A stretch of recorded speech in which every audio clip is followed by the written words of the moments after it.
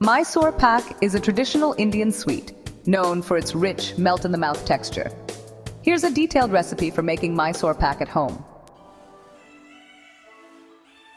Ingredients: gram flour, also known as besan 1 cup, ghee, which is clarified butter 1 cup, sugar 1.5 cups, water 1/2 cup, cardamom powder 1/2 teaspoon, cashews 2 tablespoons, optional for garnish.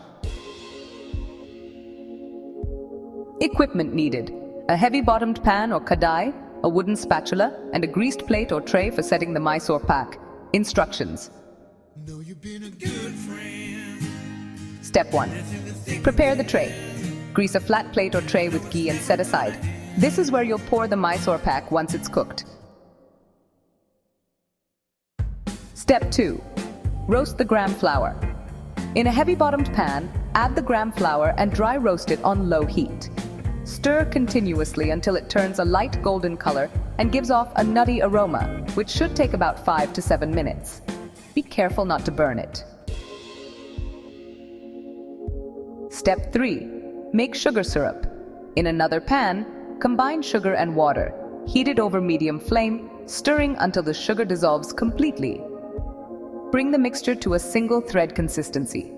When you lift the spoon, a single thread should form.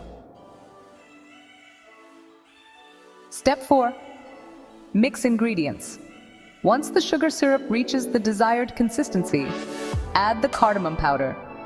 Gradually add the roasted gram flour to the sugar syrup while stirring continuously to avoid lumps.